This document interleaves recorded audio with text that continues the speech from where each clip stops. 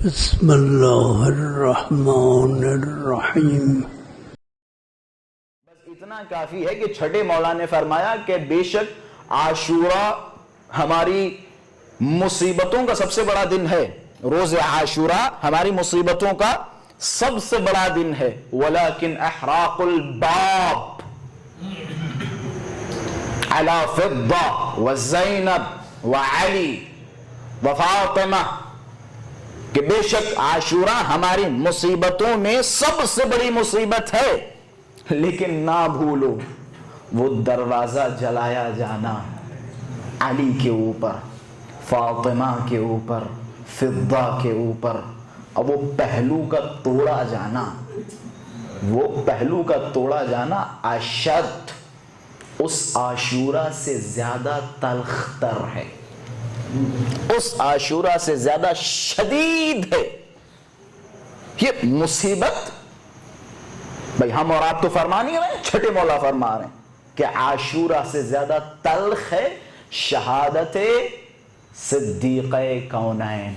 ایت اللہ غروی اصفہانی فرماتے ہیں، کہتے ہیں وہ تیر جو کربلا میں جناب علی اصغر کے گلے پہ لگا، میں مقدمہ بیان کر رہا ہوں اپنے یوتھ کے لیے، آئندہ آنے والی نسلوں کے لیے۔ اپنے ذہنوں میں نے آیت کیا پڑھی تھی؟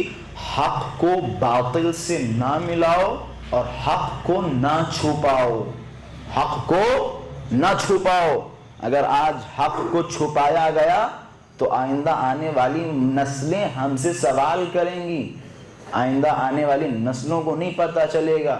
معاذ اللہ ابھی ایک آرٹیکل لکھا گیا اور لکھنے والے پہ خدا کی لعنت ہو، آرٹیکل میں لکھ رہا ہے کہ جناب سیدہ سلام اللہ علیہ معاذ اللہ شدید بخار میں مبتلا تھی، لہٰذا بخار کی وجہ سے ان کی وفات ہو گئی۔ یہ اثر ہے۔ اگر ہم نے حق کو واضح کیا، ظاہر کیا، تو آئندہ کسی میں جرأت نہیں ہوگی جو یہ لکھے کہ رسول کی ایک لوتی بیٹی وفات پا گئی، یا رسول کی ایک لوتی بیٹی شدید بیمار تھی اور شدید مریض تھی اور مرض کے عالم میں اس دنیا سے چلی گئی۔ اگر ہم نے استقامت کا مظاہرہ نہیں کیا، اگر حق اپنے بچوں تک نہ پہنچایا، بعض اوقات ہوتا ہے، معذرت کے ساتھ بعض اوقات ہوتا ہے، میں نے کہا نا آج تھوڑا مقدمتاً مجھے کچھ باتیں آپ حضرات تک پہنچانی ہیں۔ بعض اوقات ہوتا یہ ہے کہ ہماری قوم کے باشعور افراد، باشعور اور پڑھے لکھے ایجوکیٹڈ لوگ آتے ہیں اور آنے کے بعد کہتے ہیں اما کیا ضرورت ہے آپ ان سب کے کچے چٹھی لے کے بیٹھ جائیں، ان سب کے پول کھولیں کہ انہوں نے یہ کیا وہ کیا، علی پہ ظلم ڈھایا اور جناب سیدہ کا دروازہ جلایا۔ ہم پازیٹیو چیزوں کو دیکھیں، نگیٹیوٹی سے ہمیں کوئی لینا دینا نہیں ہے۔ یہ پڑھے لکھے افراد کی سوچیں کہ کیا ضرورت ہے آپ ان کے اوپر ڈسکس کریں، ان کی زندگی کو کھولیں۔ پتہ ہے معصوم نے کیا فرمایا؟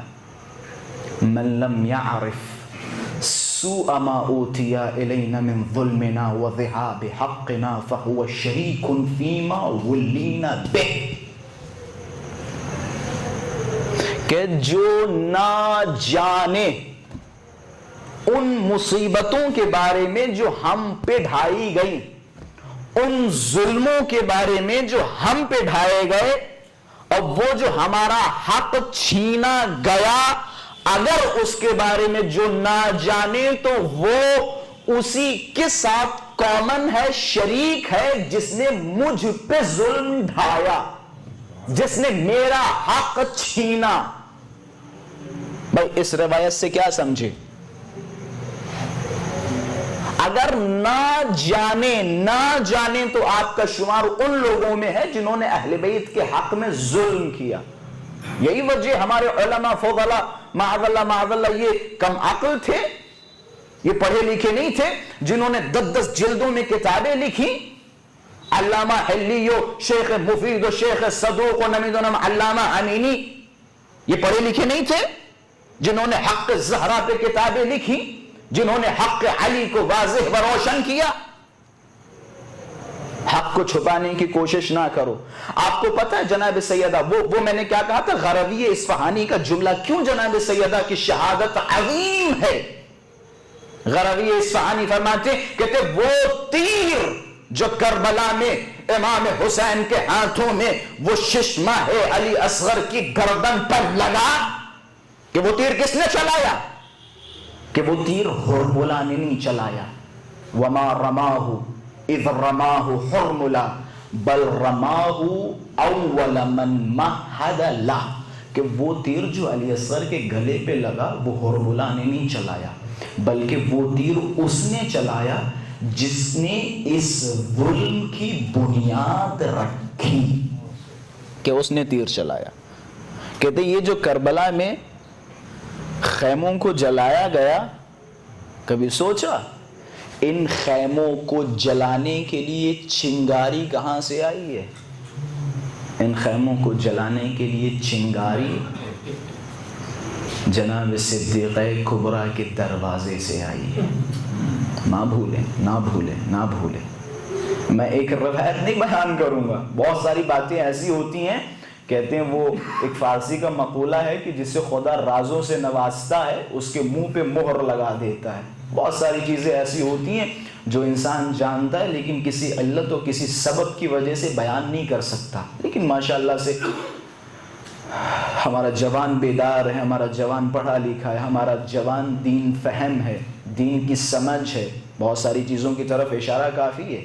روز عاشورہ جب امام حسین کی گردن پہ تیر لگا، علامہ مجلسی رحمۃ اللہ علیہ نے بحار الانوار میں اس روایت کو کوٹ کیا ہے.